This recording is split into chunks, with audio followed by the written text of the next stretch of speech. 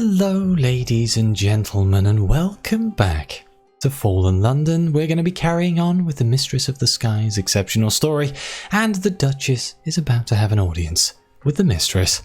The Striking Saleswoman and the Duchess stand side by side before the Mistress.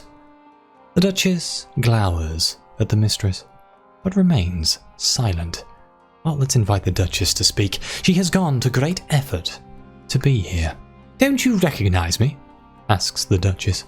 "You used to work for me." The Mistress is silent for a while. "Is it really you?" she says eventually. "I see. I am not the only one who wears a mask." She takes a step towards the Duchess. "I did not expect to see you again." "Your work is causing chaos in London," says the Duchess. "People are forgetting their places, forgetting each other's places. I am sure you disapprove of London's social strata just as you did our own, but a city is not a jungle. There is always power. If one system falls, another will rise." "Perhaps another should rise," counters the Mistress. She hangs her heavy head. "Or perhaps you are right. I have always avoided the responsibilities that have been placed on your shoulders." Okay, let's invite the Striking Saleswoman to speak. She has long desired to meet the Mistress. The Striking Saleswoman is no longer the glamorous woman who arrived at your lodgings. The humidity has melted away her grease paint, and her hair hangs in damp strands. "Your friend told me," she asked the Mistress, "that you never even been to London. Is that true?" "Yes," replies the Mistress, "though I lived in another city once. Perhaps it was not so different." "But London is the city that needs help now," protests the saleswoman. "I work there, in your name, and yet you stay on the other side of the mirror." She turns away. Well, we can wait, the Mistress is thinking. The Mistress looks at the Duchess.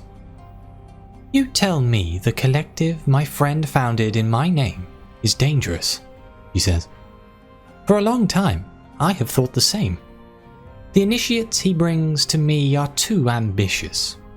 Perhaps you are right, and that in a city there is always power. Perhaps it is simply a matter of choosing the best person to wield it." She turns to you and the Striking Saleswoman. "You are citizens of that city. I wish to know what you think I should do." The Duchess folds her arms.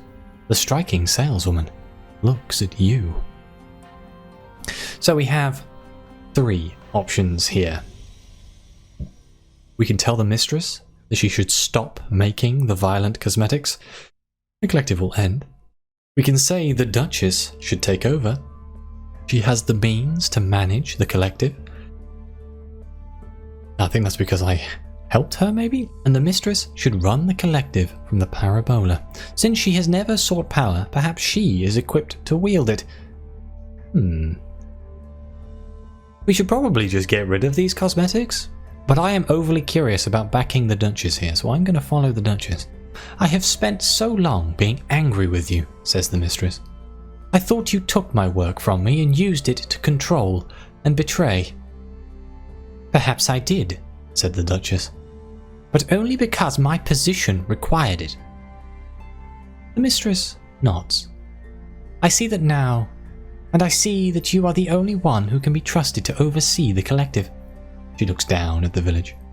"My silverer friend need not know at once. Let him take you all back to your city. I shall speak with him later." The Duchess turns to leave, then stops.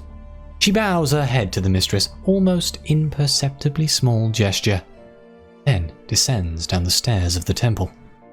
The Striking Saleswoman looks on in awe. After a tense attempt to persuade the Mistress to tell him what she discussed with the Duchess, the bespectacled initiate relents and leads the Duchess and the Striking Saleswoman and you back through the jungle. "Stay on the path," he mutters. The parabolan sun begins to set, its orange rays disappearing behind the trees until you have forgotten their colour once more. Up ahead, the mirror shimmers into view from behind the trees. Let's return to London. It is time. You tumble back into the workhouse basement, followed by the Duchess, the Striking Saleswoman, and the bespectacled initiate. The collective are still gathered in the basement, guarded by a cohort of cats. "Escort me home," says the Duchess to her envoys. She flashes you the smallest of smiles before stalking away. As soon as the threat is past, the collective throng the bespectacled initiate. "The Mistress has spoken with the interlopers," he says, "and dismissed them. We must trust her judgment. I will return now to receive her instructions and a new batch of pigment." He turns to you and the Striking Saleswoman. "You are both free to go," he says. The two of you leave the workhouse. "I suppose I should be angry with you for going behind my back and telling the Duchess everything, and having her take over the one thing I've ever been good at," she shrugs. "But I'm not. After talking to the Duchess," she shrugs. I'm starting to think things differently. I'm starting to see things differently." Oh, we're at the epilogue. Oh no, have I accidentally made another really short episode? Oh dear. Some days after leaving the workhouse, you arrive at your lodgings to find an envelope on the floor beneath the letterbox. Open the envelope. It bears the watermark of the shuttered palace. The crisp paper is etched in a legible but unpracticed hand. The signature at the bottom of the page is that of the Striking Saleswoman. "I am writing to you from the shuttered palace. After we left the workhouse, I went back to my lodgings to decide how I would make a living once the Duchess took over the collective.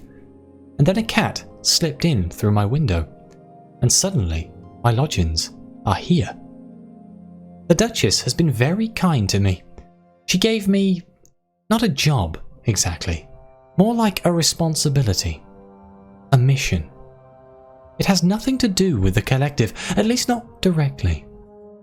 I can't talk about it, but in exchange she teaches me all sorts of things I'd never have learned otherwise, like the secret rules for how to move in society and make people do what you want, whether they know it or not. I don't know if you meant to help me. The Duchess thinks you probably didn't, but I wanted to thank you all the same. No sooner have you read the letter than there is a scratching at your door. Of course, it's a cat. Let's pay a visit to the Duchess. Yet again, you have been summoned. As you enter the tortoise shell wing, you are greeted by none other than the Striking Saleswoman, now almost unrecognizable in subtly imposing society dress. "The Duchess has been waiting for you," she says with a smile, and leads you to her new mistress's parlour. "I don't have long," says the Duchess. "I've been very busy ever since I took control of the collective. There is much to arrange. Supply chains, ministry approvals.